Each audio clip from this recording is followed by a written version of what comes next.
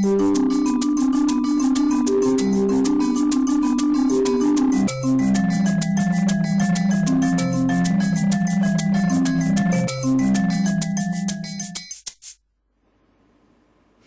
13 salute, buongiorno e ben ritrovati come ogni martedì spazio alla nostra salute. E oggi più che mai la tecnologia è protagonista, perché parliamo di robotica, di come ha cambiato il lavoro dei medici e di come ha cambiato anche in meglio, sicuramente ce lo diranno i nostri ospiti, poi la guarigione per i pazienti, quindi gli aspetti positivi della robotica in campo chirurgico, in campo medico. Lo facciamo con i nostri graditissimi ospiti che vado subito a presentare. Ringrazio il dottor Mario Mangano, dirigente medico dell'urologia del Caffoncello di Treviso. Buongiorno dottore, benvenuto. Buongiorno. Ringrazio il dottor Marco Massani, dirigente medico della quarta chirurgia del Caffoncello di Treviso. Buongiorno e ben ritrovato. Buongiorno. E buongiorno anche al dottor Luca Bonariol, dirigente medico della chirurgia generale del Caffoncello. Ricordo a voi da casa lo 0422 1626 798 per intervenire in diretta, ma c'è anche la nostra pagina Facebook. Se volete fare delle domande, avete delle curiosità da rivolgere ai nostri ospiti, lo potete fare scrivendo un commento sotto al post dedicato proprio alla puntata di oggi di ore 13. Allora, dottor Mangano, io ho parlato di quelli che sono gli aspetti positivi della robotica oggi. Intanto cerchiamo di capire, di presentare questi vostri nuovi aiutanti in sala operatoria, che sono i robot. Che cos'è il robot che entra in una sala operatoria, che comunque collabora, mi passi questo termine, con voi? Innanzitutto ringrazio la redazione per l'invito a svolgere questo argomento insieme ai colleghi riguardante appunto la chirurgia robotica, che rappresenta a tutt'oggi la piattaforma e la nuova frontiera della chirurgia mini-invasiva. Chirurgia robotica che viene svolta attraverso l'utilizzo del robot Da Vinci, che allo stato attuale è uno dei robot maggiormente diffusi a livello nazionale e internazionale. Questo strumento ci permette nell'atto operatorio di praticamente dare al nostro gesto chirurgico una alta affinità, tale da non essere precisione, tale da non essere comparabile ad altro tipo di tecnica chirurgica attualmente in uso. E inoltre permette di superare quei limiti legati alla nostra chirurgia che altre tecniche mini-invasive come la laparoscopia non permettono di aggredire appunto delle patologie che sono posizionate in zone anatomiche difficilmente raggiungibili. A questo riguardo noi stiamo usufruendo tutt'oggi dei benefici della mini-invasività attraverso la robotica per affrontare e risolvere problemi riguardanti anche della chirurgia ad ampia complessità. Questo grazie alla versatilità dei movimenti che ci permette di fare e allo stesso tempo di raggiungere spazi e zone anatomiche profonde e difficilmente, come dicevamo prima, raggiungibili. L'applicazione del robot può avere un'applicazione vasta che va dal campo urologico, dal campo ginecologico, dal campo chirurgia generale, nonché una piccola fetta un'applicazione nell'otorinolaringoiatria. Come è composto, se possiamo vedere la diapositiva, come è composto il nostro robot? Il nostro robot è formato da 3 elementi fondamentali. Abbiamo una console chirurgica, un carrello paziente e un carrello visione. La console chirurgica rappresenta la postazione, come vedete la prima immagine a sinistra della diapositiva, rappresenta la postazione che assume dove il chirurgo va a espletare il suo atto operatorio. Qui vedete in maniera più diretta.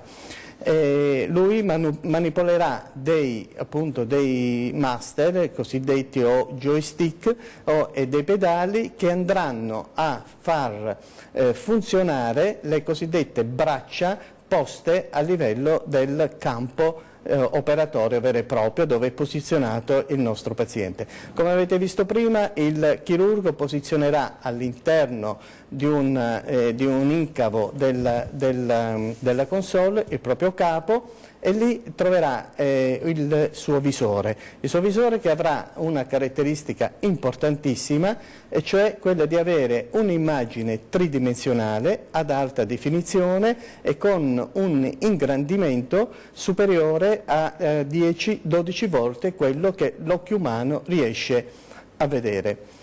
E da lì praticamente manipolerà, gestirà, determinerà tutto l'esito dell'intervento. Dopodiché abbiamo il carrello paziente. Il carrello paziente è esclusivamente formato, è il punto operativo dell'atto chirurgico.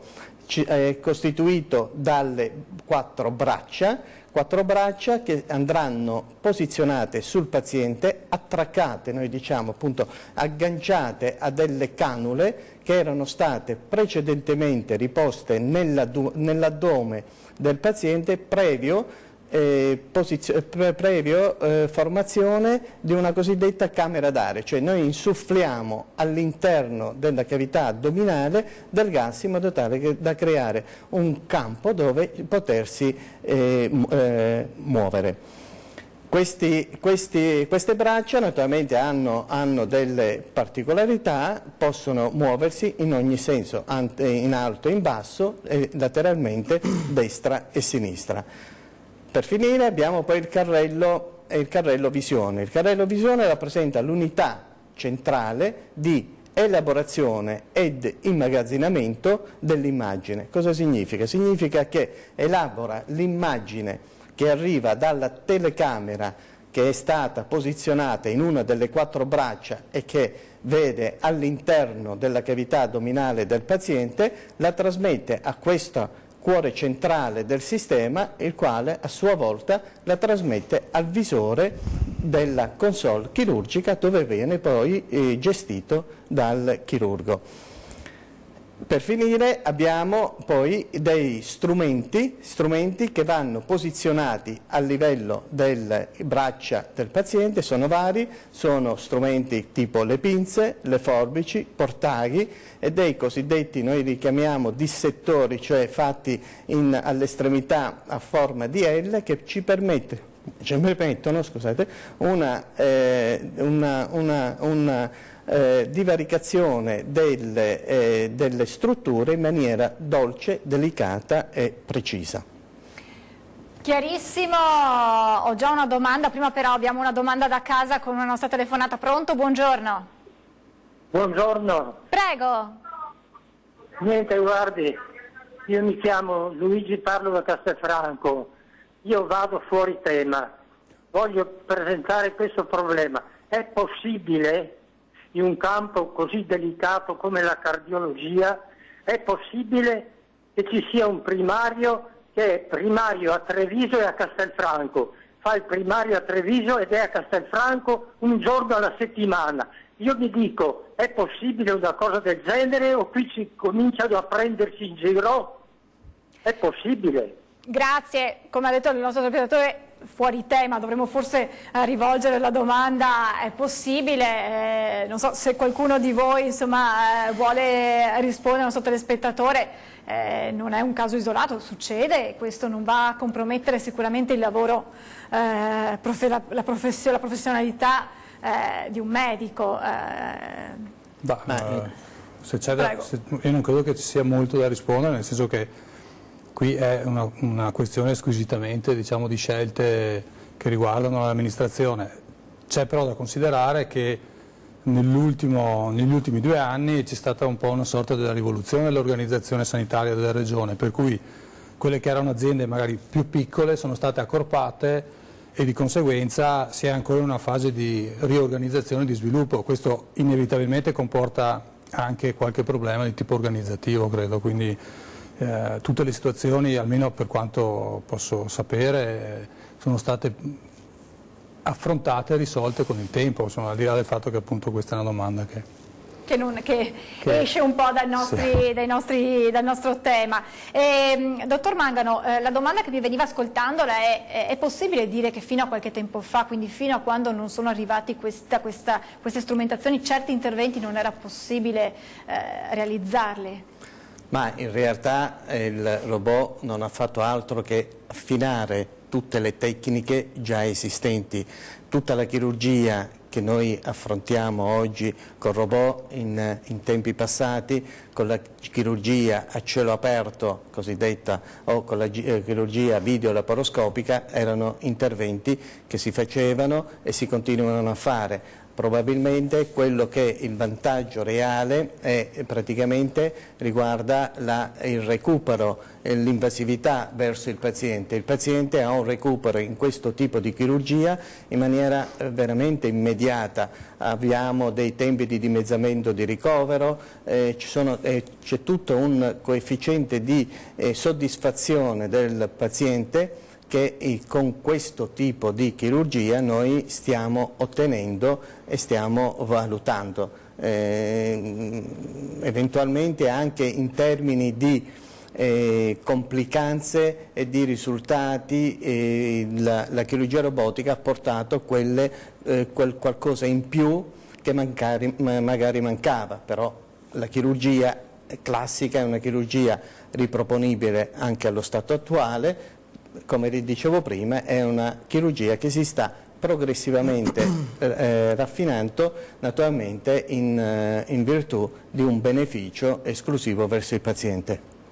Dottor Bonariol, qual è lo stato attualmente della robotica nel mondo e se l'Italia è al passo con il resto del mondo? Intanto mi associo anch'io al dottor Mangano al ringraziamento per essere qui a parlare di questa nuova tecnologia che appunto è esordito verso la fine degli anni 90, perché possiamo dire sta vivendo un momento di crescita esponenziale, è un momento particolarmente rigoglioso e direi che per definire i limiti del problema dobbiamo considerare i numeri, nel senso che ci sono praticamente quasi 800 robot installati in Europa, ce ne sono quasi 600 in Asia e la falla da padrone sono gli Stati Uniti con 2862 robot. Se consideriamo poi i numeri ancora, noi vediamo che nel 2017 sono stati eseguiti nel mondo 875.000 interventi in chirurgia robotica, comprensivo di tutte le varie specialità, dalla chirurgia urologica, chirurgia generale e ginecologica, e con un incremento del 16% rispetto agli anni precedenti, al 2016 precisamente. Se vediamo specificatamente all'Italia, direi che l'Italia è assolutamente al passo, siamo il terzo paese dopo gli Stati Uniti e il Giappone. Sono un po' i regolamenti distribuiti nel territorio, nel senso che ne abbiamo 81, se non mi sbaglio, prevalentemente al nord, 25 sono centro Italia e 15 suddivisi tra le varie regioni e le isole, ce ne sono 11 per esempio in Toscana e anche noi siamo direi alla pari col numero perché per esempio guardando le casistiche nel 2017 sono stati eseguiti in Italia 17.800 interventi di chirurgia robotica più 14% rispetto al 2016 e se consideriamo dal 2006 sono state eseguite più di 90.000 interventi, quindi direi che siamo in una fase assolutamente all'avanguardia e stiamo procedendo a questa tecnologia che sicuramente andrà a far parte del bagaglio dei chirurghi anche delle nuove generazioni che dovranno farne tesoro chiaramente. Continuiamo a parlare di robotica subito dopo una breve pausa pubblicitaria, tra poco.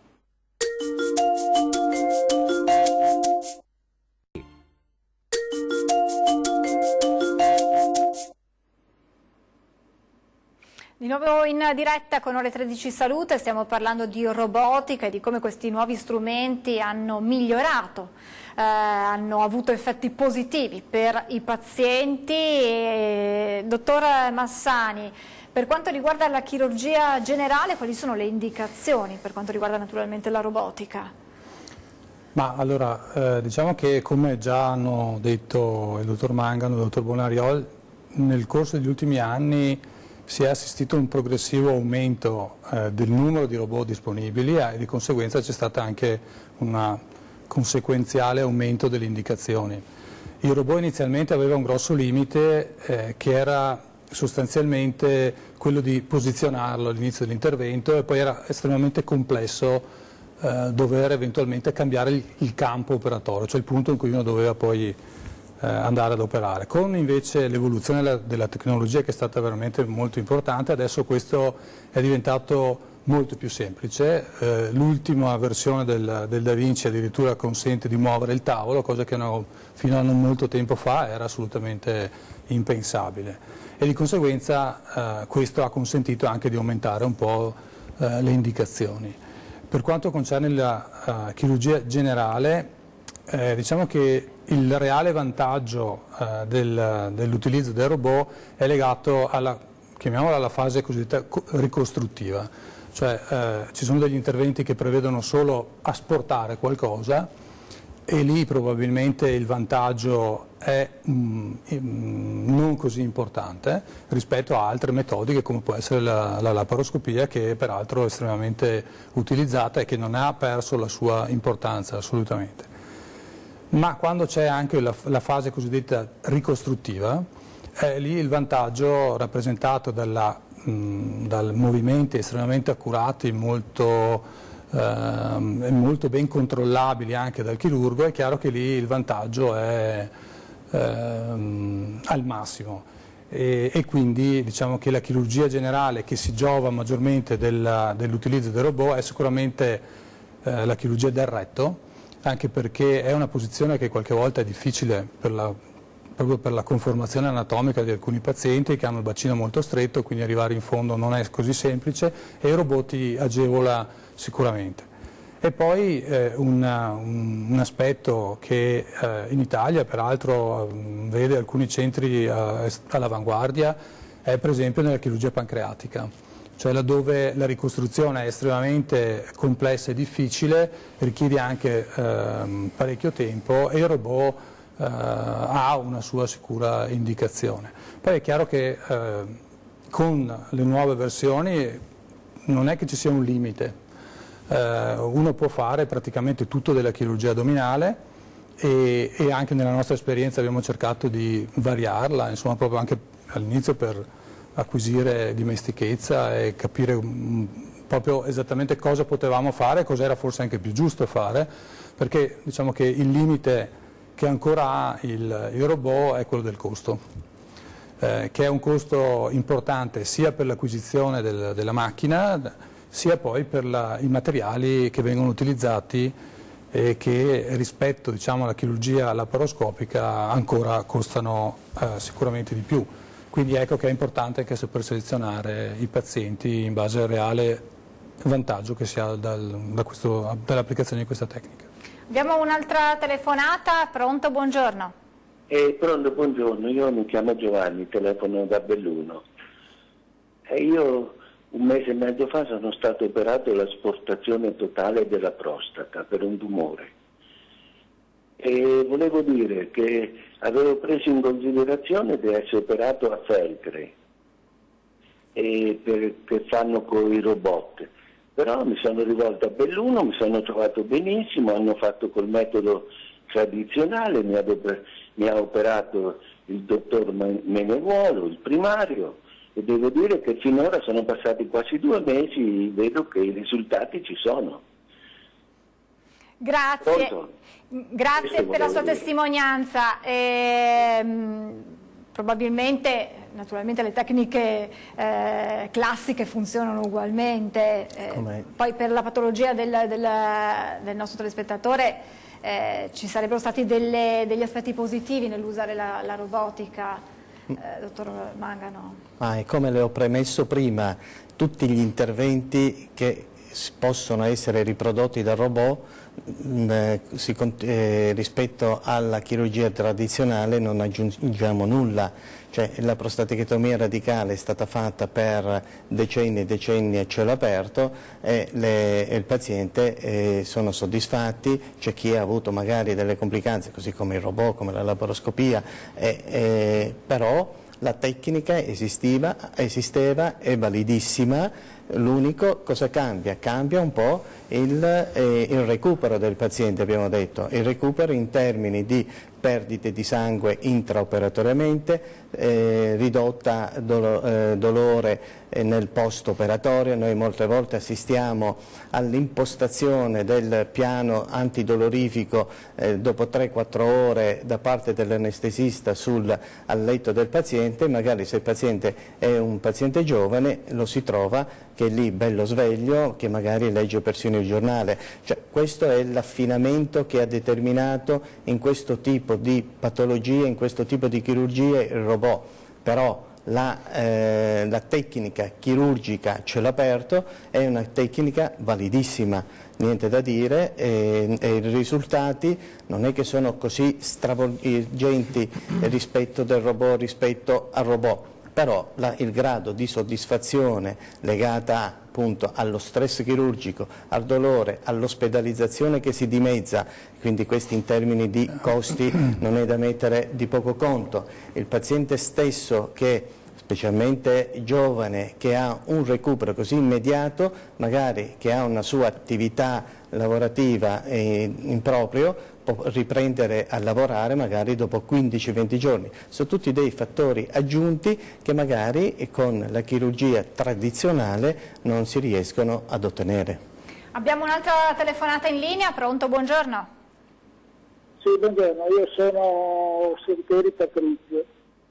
Ho avuto un intervento dal dottor Massani un anno e mezzo fa, senz'altro lui si ricorda, io sono stato asportato da lui da un tumore alle vie biliari.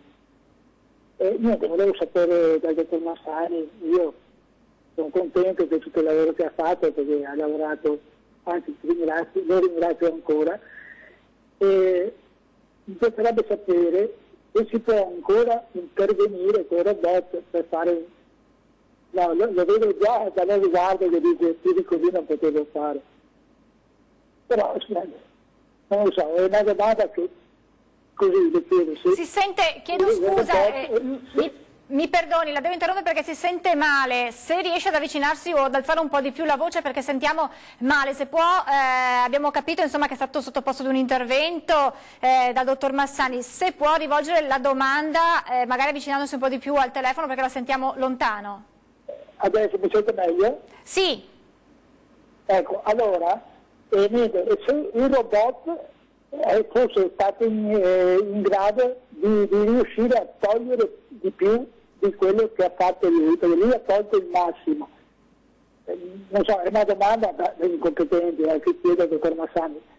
Non so se si ricorda, io mi è rimasta attaccata una ragnatela al duodeno e poi ho fatto altre chemie, l'hanno ridotta, però mi è sempre rimasta un pochino aggrappata. Non so, se il robot era più abile della mano umana, non lo so, è una domanda che ho fatto al dottor Massani. La ringrazio, comunque la ringrazio sempre al dottor Massani. Grazie a lei, dottor Massani. Grazie sia per la domanda sia per il ringraziamento, che è una cosa che fa sempre molto piacere. Diciamo che, come ha già detto il dottor Mangano, in realtà ci sono diversi approcci per ottenere lo stesso risultato e il robot rientra in questa filosofia sostanzialmente. Quindi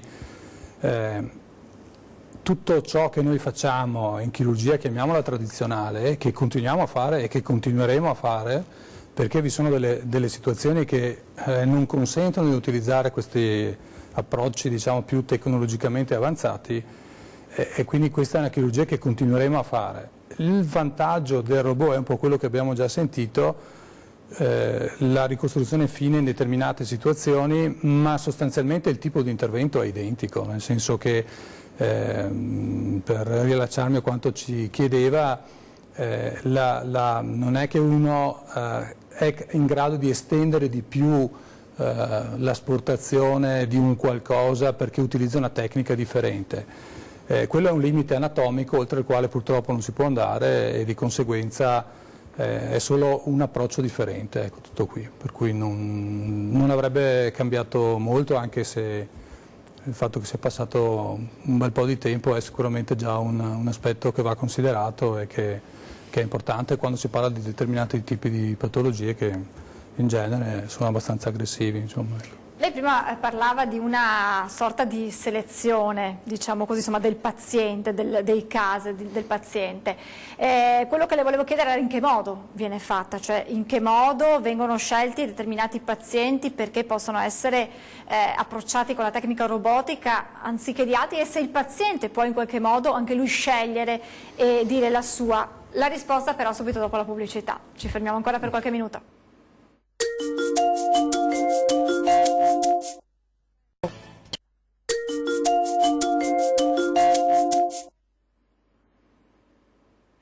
Continuiamo a parlare di robotica, ad ore 13 salute. Avevo fatto una domanda prima della pausa pubblicitaria al dottor Massani su quelli che sono i criteri utilizzati per una selezione o comunque per una scelta del caso rispetto ad un altro per l'utilizzo della robotica. Beh, allora, innanzitutto ovviamente come per qualsiasi nuova tecnica, anche se il robot non è così recente, però comunque diciamo, è un qualcosa che è stato introdotto e che ha preso piede soprattutto negli ultimi anni. C'è una curva di apprendimento e di conseguenza è giusto iniziare con situazioni che verosimilmente ti mettono meno in difficoltà. Questo credo che sia una buona regola proprio per ovviare a problematiche di cui poi è il paziente a soffrire. Quindi al di là di questo, che fa parte dell'inizio di qualsiasi esperienza come in qualsiasi lavoro credo, dopo è chiaro che vi sono alcune indicazioni che sono, termine passi più forte rispetto ad altre. E per esempio nella chirurgia generale io credo che i pazienti che hanno il tumore del retto, soprattutto il tumore del retto basso, abbiano un chiaro vantaggio dall'approccio con la tecnica robotica. Lo stesso, come si diceva prima, per altri aspetti di alcuni altri interventi che richiedono appunto ricostruzioni. Però diciamo che è solo una metodica diversa per ottenere lo stesso risultato. Quindi ciò che preclude in genere la possibilità di approcciare la laparoscopia o in robotica è l'impossibilità di creare, come diceva prima il dottor Mangano, questa camera attraverso la quale poi introdurre gli strumenti che ti consentono di vedere e di visualizzare bene. Quindi in genere i pazienti plurioperati non sono dei candidati a una chirurgia che abbia un approccio di questo tipo. Questo diciamo è sicuramente probabilmente l'unico vero limite rappresentato da questa tecnologia. Per il resto io credo che poi ci debba essere del buon senso in tutto questo, anche perché dobbiamo considerare che sono metodiche costose che costano a tutti, e quindi saper selezionare bene i pazienti credo che faccia parte anche di questo aspetto, insomma, perché come vi dicevo prima a tutt'oggi ha dei costi superiori a qualsiasi altro approccio, quindi va considerato, insomma, cioè voglio dire, la banale, chiamiamola banale anche se qualche volta non lo è, asportazione della colecisti fatta con robot è un controsenso. Ha parlato dei vantaggi, ci sono anche degli svantaggi per quanto riguarda naturalmente la chirurgia generale? Bah, io personalmente non credo che vi siano degli svantaggi legati all'approccio. L'unico vero svantaggio, e quello di cui purtroppo continuo a ripetere, è l'aspetto economico, che a tutt'oggi in futuro verranno introdotti in commercio degli altri robot, e quindi sappiamo che la concorrenza in genere determina anche un abbassamento di quelli che sono i costi. Quindi aspetteremo anche questi nuovi robot che dovrebbero peraltro essere immessi in mercato a breve.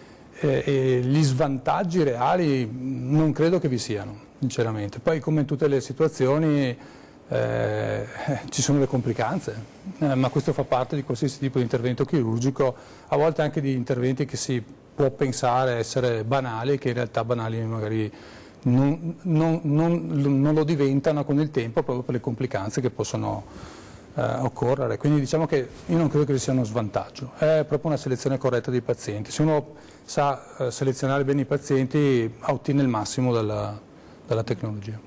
Abbiamo un'altra telefonata, pronto? Buongiorno. Buongiorno, io parlo da Dosson, volevo sapere se un paziente potesse scegliere la robotica o la chirurgia tradizionale, come potrebbe scegliere in base a un futuro o a un esito positivo? Perché non vorrei che scusatemi perché io sono molto realista, non vorrei che ci fossero anche delle sperimentazioni. Ecco, potete chiarirmi nel caso mi succedesse qualcosa? Grazie, è una domanda insomma penso più che lecita per chi ci sta guardando. Dottor Mangano, vuole rispondere lei? Ma diciamo innanzitutto che la sperimentazione è un qualcosa che oramai, se forse poteva far parte del passato, attualmente non lo è assolutamente, visto che la metodica sulla pratica clinica è oramai ventennale quasi, per cui questo lo escluderei in maniera categorica. Per quanto riguarda poi la scelta, mi faccio l'intervento a cielo aperto, in laparoscopia o con robot, non è tanto un tirare a sorte, è una discussione che in ambulatorio, seduti di fronte medico e paziente, eventualmente il familiare, con i pro e i contro dell'una o dell'altra vengono decisi. Sicuramente poi anche lì bisogna vedere che tipo di patologia affrontare. Nel momento in cui noi ci troviamo ad affrontare una patologia, per quanto riguarda l'ambito urologico, della prostatectomia radicale, cioè l'asportazione completa della prostata per tumore, noi siamo oramai allineati su quello che è la percentuale a livello mondiale. A livello mondiale l'80-90% di questo tipo di interventi vengono eseguiti per via robotica. Il motivo l'abbiamo espresso prima per i vari vantaggi che può dare. In una patologia del rene, quando si va ad asportare una neoformazione, cioè un tumore renale che arriva fino a 5 cm, che fino a poco tempo fa magari la condotta chirurgica sarebbe stata quella d'emblée di togliere completamente il rene, adesso si tenta e si può effettuare un intervento dove c'è l'asportazione solo della componente tumorale, risparmiando quindi il rene. Voi capite che all'età di 30 anni un paziente che si sottopone a un intervento cosiddetto di tumorectomia, cioè asportazione della sola tumore renale, ha davanti una vita non con un solo rene, ma con un rene e l'altro rene che ha la sua buona potenzialità di funzionamento fisiologico. Quindi diciamo che la scelta è basata sia da una discussione fra medico e paziente e sia dal beneficio in virtù del tipo di patologia che andremo ad affrontare. Abbiamo forse un'altra telefonata in linea? Pronto? Pronto? No, non abbiamo nessuno. Allora, dottor Mangano, io continuo con lei per capire in campo urologico quali sono le indicazioni per quanto riguarda la robotica, anche se forse qualche accenno è già stato fatto. Sì, in effetti l'accenno l'abbiamo fatto. La chirurgia d'elezione per quanto riguarda la chirurgia appunto robotica è la prostatectomia radicale, cioè l'asportazione completa della prostata per un tumore. A seguire poi abbiamo le patologie riguardanti il rene che riguardano l'asportazione per tumori voluminosi e quindi l'asportazione completa del rene, oppure fare degli interventi ultra sofisticati, quello di asportare solo la neoformazione fino a un certo diametro, come abbiamo detto prima, risparmiando il rene, quindi la cosiddetta tumorectomia. Abbiamo anche delle indicazioni riguardanti le malformazioni renali, cioè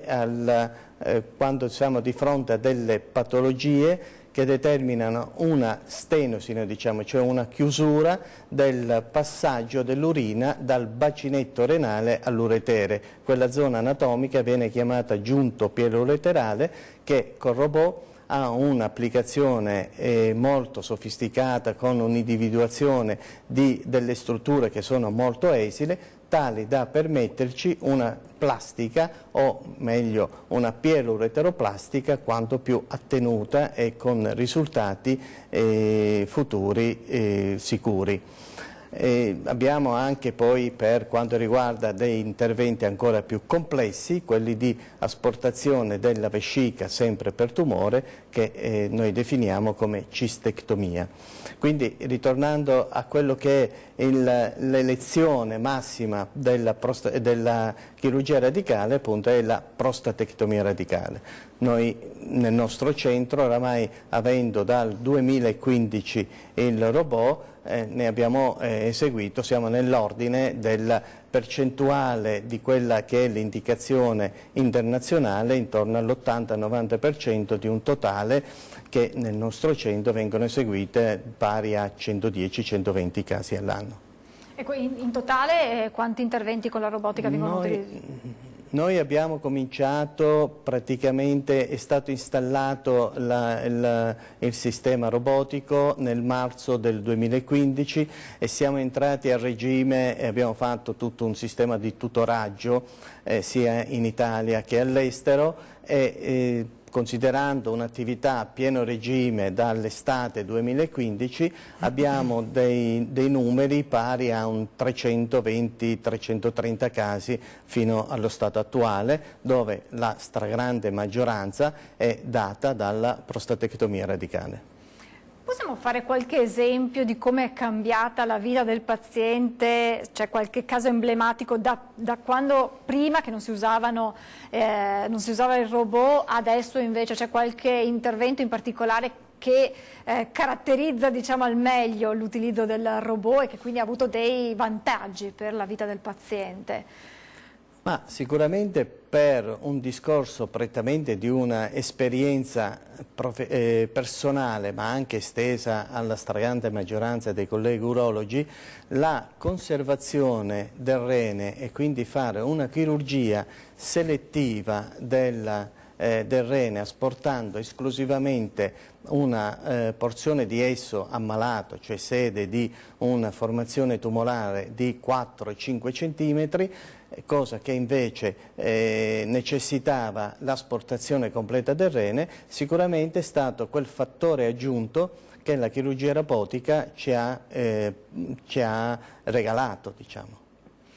Allora, dottor Bonariol, con il supporto anche del video che lei ci ha fatto avere, cerchiamo di capire un po' meglio come viene utilizzato l'utilizzo del robot che voi fate nelle vostre sale operatorie. Allora chiedo alla regia di mandare in onda il video e dottor Bonariol poi ci illustra tecnicamente come funziona. Innanzitutto, appunto, a testimonianza di quello che hanno detto i miei colleghi, il robot non fa lui il lavoro, praticamente il robot nasce come è un'estensione del chirurgo praticamente. Infatti qui possiamo vedere, questo era un caso di un tumore del retto e c'è una prima fase di isolamento vascolare dove noi vediamo che il chirurgo che è alla console manovra la telecamera, quindi si posiziona alla distanza che vuole, che ritiene più opportuno per vedere i dettagli, e osserviamo come si riesca ad eseguire una dissezione estremamente minuziosa e molto precisa, soprattutto risparmiando le strutture nobili come l'arteria mesenterica in questo caso e proprio sopra la vena, permettendo anche di riconoscere per esempio in questo caso anche le strutture nervose che vengono ovviamente rispettate soprattutto nel tumore del retto, perché il robot ci consente di identificarle con assoluta certezza e ovviamente quindi di risparmiarle. Si noti appunto che il campo è praticamente esangue e il chirurgo praticamente opera sul millimetro. Anche in questo caso, dove praticamente c'è l'intestino molto vicino, si possono eseguire delle manovre rispettando appunto anche le assi intestinali, quindi evitando di lederle. Ecco, questo è il significato, l'approccio fondamentalmente che ci permette il robot.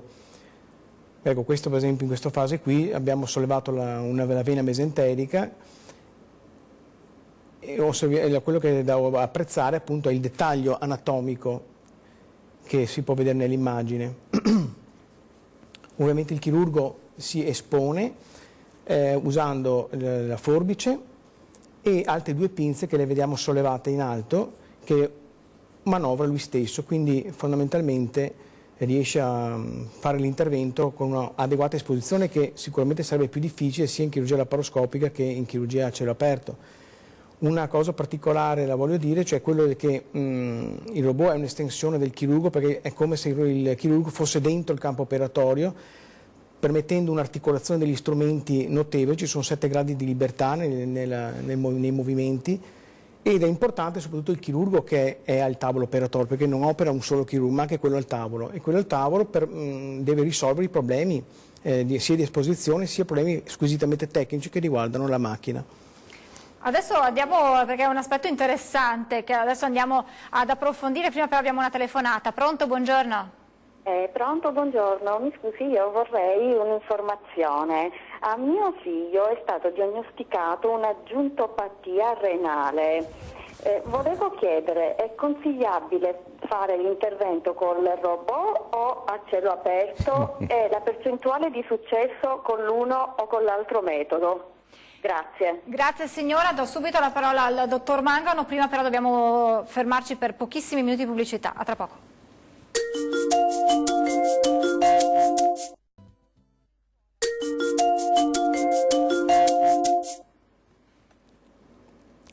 Di nuovo in diretta, ci eravamo lasciati con la domanda di una nostra telespettatrice, dottor Mangano, che cosa consigliare?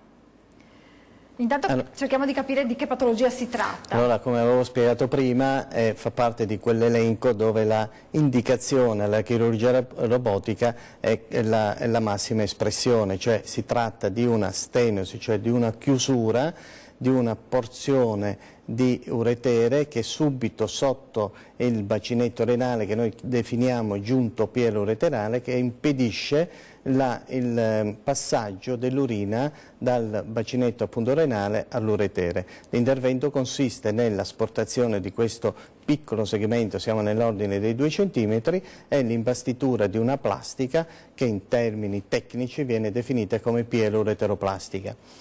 Il discorso quale delle due fare, cioè, o meglio delle 3, perché abbiamo la chirurgia a cielo aperto, la videolaparoscopia e la robotica. Non è che ci sia fra le 3 tecniche una differenza nei risultati. Il risultato di successo per tutte e 3 le tecniche è nell'ordine del 90%, una percentuale altissima. Per cui la scelta non è in funzione del risultato che si ottiene.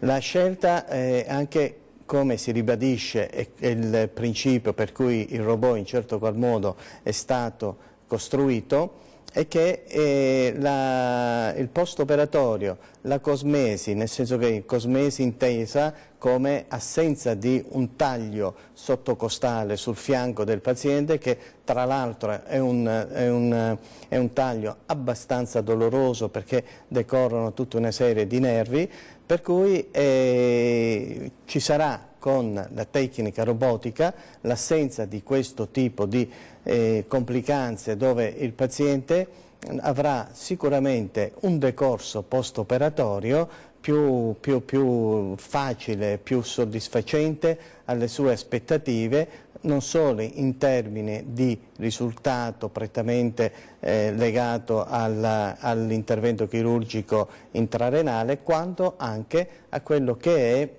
la sua grado di soddisfazione intesa come dolore, cicatrice e così.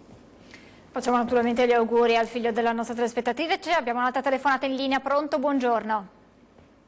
Pronto? Sì, buongiorno, prego. Buongiorno, sono un collega.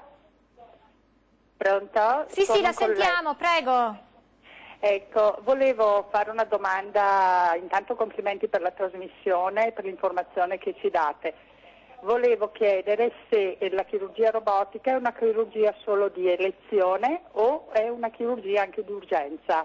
Grazie, complimenti ancora. Grazie, prego dottor Bonariola. Direi che è una chirurgia fondamentalmente di elezione, perché ovviamente in chirurgia d'urgenza non è pensabile usare i robot, diciamo, quindi fondamentalmente la risposta è fondamentalmente nella chirurgia di elezione. Non è possibile usare, secondo me, il robot in chirurgia d'urgenza.